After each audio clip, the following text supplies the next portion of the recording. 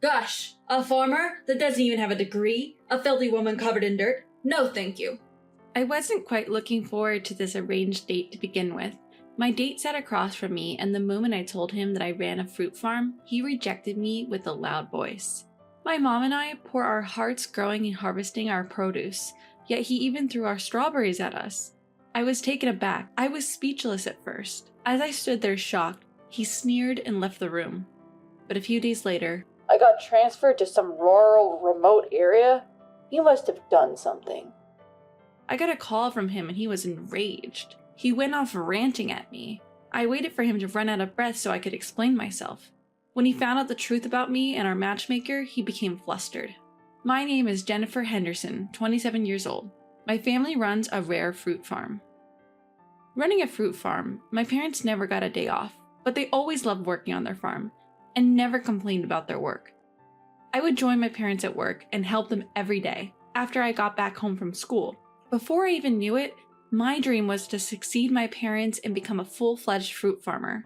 However, everything changed after one tragic day. Just as I started 5th grade, my father collapsed. We rushed him to the hospital, but we found out that he was in the terminal stage of a severe illness. Apparently, he had been having symptoms for a while, but kept them to himself, because he did not want me and my mom to get worried. He got hospitalized right away, but despite being treated, he passed away after a few months of battling his illness. My mom and I were now in charge of our fruit orchard. Even as a 5th grader, I could see how tough it was for my mom back then. She lost her husband, and now she had to work as a fruit farmer on a large plot of land, practically alone, all by herself. I am nothing but grateful to my mother who raised me single-handedly, even under such circumstances. Despite having only one parent, I never felt disadvantaged and I was able to start high school. I chose an agricultural high school because I wanted to help my mother. With my classmates in high school, I was serious about my studies, so I could help my mother out as soon as possible. After graduating high school, I started working in our family's fruit orchard right away. I wanted to protect their orchard, so I actively incorporated what I learned at school and what my fellow farmers I met through school taught me. One of the things I incorporated was promoting our fruit through social media to get more people to know about it. This continuous effort apparently paid off, and word about our orchard slowly started spreading through social media. After that, we set up a direct sales store and started selling our unsightly fruit there. We decided to sell our fruit that was still great in taste but had lost its market value due to deformities or damages. To our surprise, it was quite popular, and not only our neighbors but also people from far away started coming to our store. The store took off after several trial and errors, and we received positive comments from our customers too. A few years passed like that, and one day my mother said, "I'm glad things are going well," as she let out a sigh of relief, to which I agreed. Then one of our regular customers, Mr. Miller, brought up a topic saying, "I have something I'd like to discuss. Jennifer, are you interested in trying a blind date?" A blind date? Mr. Miller is a refined gentleman. He always buys a lot of our fruit. Mr. Miller looked a bit troubled, nodded, and smiled. Apparently, someone he knows suggested arranging a blind date for me. Honestly, I wasn't interested in going on a blind date anytime soon, but Mr. Miller is our precious regular customer. I wanted to help him out, if there was anything I could do. "He's said to be a nice man. If you don't feel any spark after seeing him, you can turn him down," said Mr. Miller, and now it was even harder to refuse his offer. Well then, I'll try seeing him. With a light heart, I decided to accept the proposal for a formal meeting. After a while, the preparations for my date started in earnest. That being said, Mr. Miller did most of the preparation for me. I felt bad about it, but he took on the task saying, "I'm the one who suggested you the date." According to Mr. Miller, the mediator from the other party who brought the blind date proposal also seemed to be pleased that I accepted. Seeing Mr. Miller's relieved face, I felt that I could be of some help to him. The blind date took place in a luxury hotel in downtown, something like a high-end hotel in Manhattan. On the day, my mother and I left home early in the morning, and when we arrived at the hotel with time to spare, we were guided by a staff member to a private room. I was nervous waiting for my date. Edward Jefferson was the name of the gentleman I was meeting, an elite from a major food manufacturer. I was well acquainted with his company because of my work, but since I hadn't interacted much with them before, I was slightly on guard. In an attempt to shake off my anxiety, I shook my head lightly and waited for Mr. Jefferson and his party to arrive. About 5 minutes had passed from the appointed time. The door opened and 2 men and women, led by a young man, came to our table. It was Mr. Jefferson and his parents. "Nice to meet you.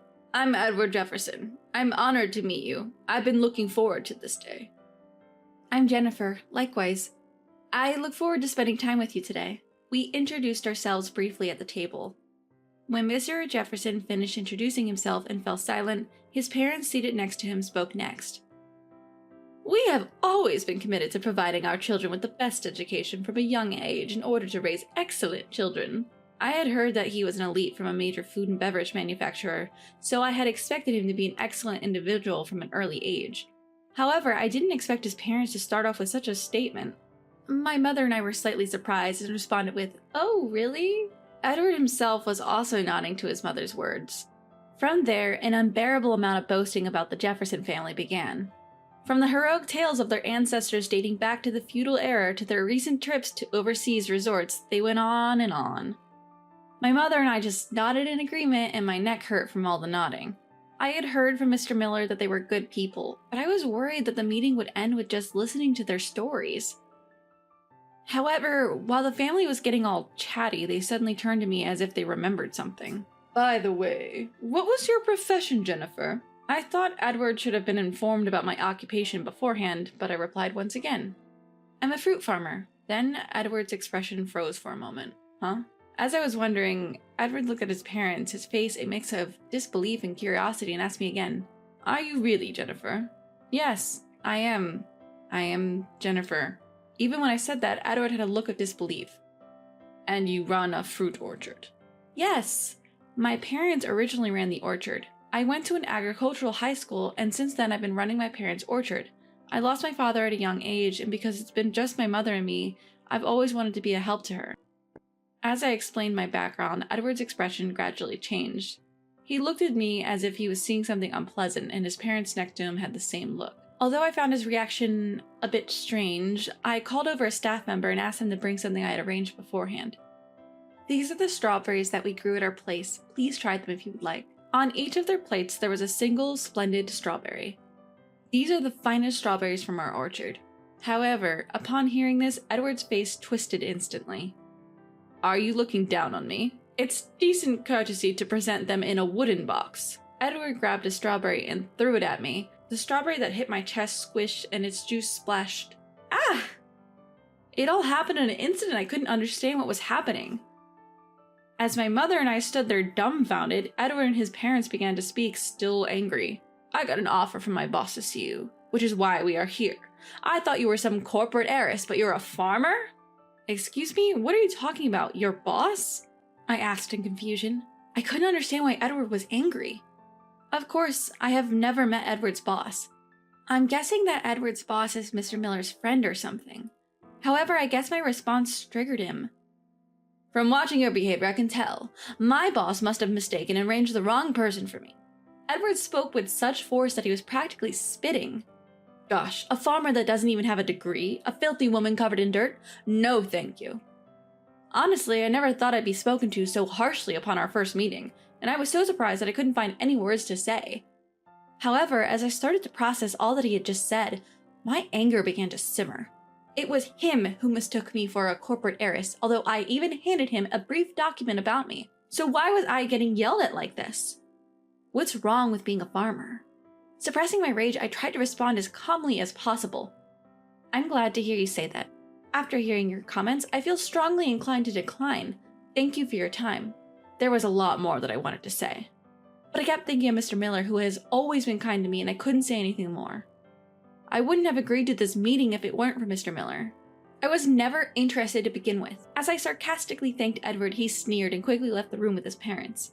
He must have thought I was just acting tough, but I didn't feel like correcting him, so I just picked up the squashed strawberry that had fallen on my lap. My mother watched this with a sad expression. Seeing my mother's face made my heart ache. We put in so much hard work to grow our strawberries. How dare he treat them like trash?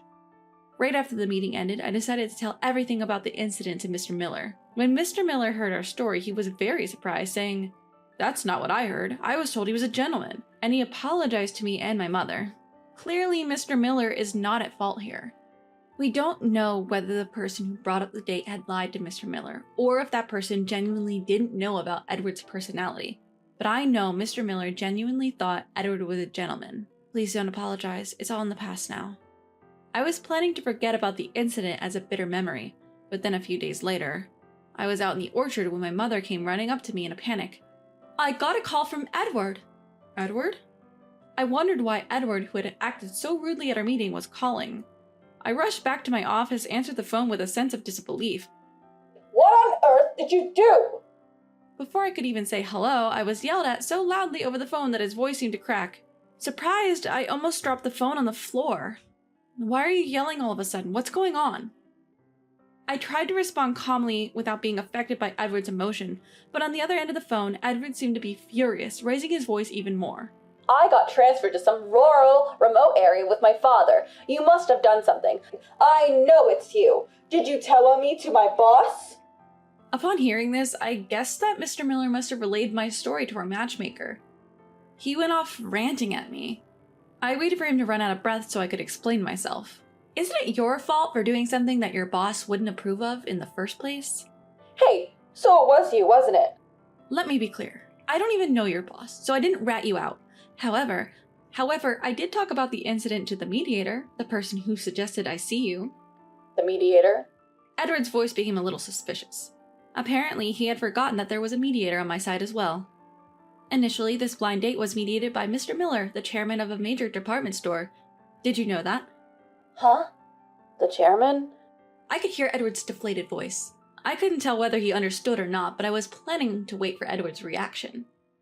Edward, you look down on our orchard, but it's actually a high-end brand in our industry. We even received a proposal for a partnership from a company where you work. Did you really not know that? Huh? A brand? A partnership? What are you talking about? Even after I said all this, Edward on the other end of the phone was only getting more confused. Apparently, he really didn't know anything. In fact, we had received partnership offers from the food manufacturer where Edward works several times. However, to maintain our quality, it was difficult to increase the number of dealers, so we had to turn them down. When I received the blind date proposal and found out that the partner worked at this company, I immediately suspected their motive. Edward's boss probably thought that by arranging a date between Edward and me, they could establish some kind of connection. I knew this, so I wanted to refuse the offer. Thanks to Edward acting on his own, I was able to reject him without feeling guilty, so I actually got lucky. So, what does this mean? I thought it was just another orchard. His initial confident attitude had completely vanished. His tone had dropped significantly, filled with anxiety and confusion. I didn't know whether he was talking to himself or asking me for an answer, but he might have finally understood the implications of his actions. In the end, there was one more thing I had to tell him, so I called out. Edward, the strawberry you threw at our meeting, each one cost $100, and they are not easily available because they are all pre-ordered. $100 for a single berry? I heard the most flustered voice of the conversation from the phone, which made me feel slightly relieved. It's the best strawberry produced at our orchard that you look down upon. I was shocked by how you reacted, but maybe it's good that someone like you didn't have it. I vented all the things I couldn't say during our meeting. Edward was speechless, in shock, and I quickly hung up the phone. After hanging up, I felt a sense of accomplishment, and I felt like the frustration I had been carrying since the meeting had been resolved. According to Mr. Miller, just like Edward said on the phone, he and his father were both transferred. They were transferred to a rural area, far from the city center, which seemed to be a humiliation for them, having always lived in the city. As someone who's worked with soil and fruit every day and loved it, I can't understand their feelings at all. Probably he will never be able to return to the fast track, said Mr. Miller. Since he ruined our meeting that could have secured him a bright future, I guess it was a sensible decision by the authorities. After that, Mr. Miller, who felt responsible for this incident, asked me, "Could you give me one more chance? I will introduce someone I personally know well this time." So I decided to have another blind date. After what happened last time, I had no intention of ever going on a blind date again, but the man Mr. Miller brought along was the kind of person who could overturn such feelings of mine. He was an easygoing employee from Mr. Miller's company. He listened attentively while I talked and responded joyfully to my stories. And when he saw the strawberries I brought out, he was full of interest, exclaiming, "I've never seen strawberries like this before. How do you grow them?" We hit it off on the blind date, and after a year of dating, we decided to get married. "I want to be by your side, Jennifer. You grow such wonderful strawberries, and I want to help," he said. With those words, he quit his job, moved to our farm, and began to work with us. My mom also shed tears of joy, saying, "It's great to have such a wonderful son-in-law. I truly feel so lucky to have someone as warm-hearted as him by my side." I believe that with him, we can continue to protect the farm that my parents cherished. As I cherish my happiness with my family, I want to continue growing delicious fruits that everyone will love.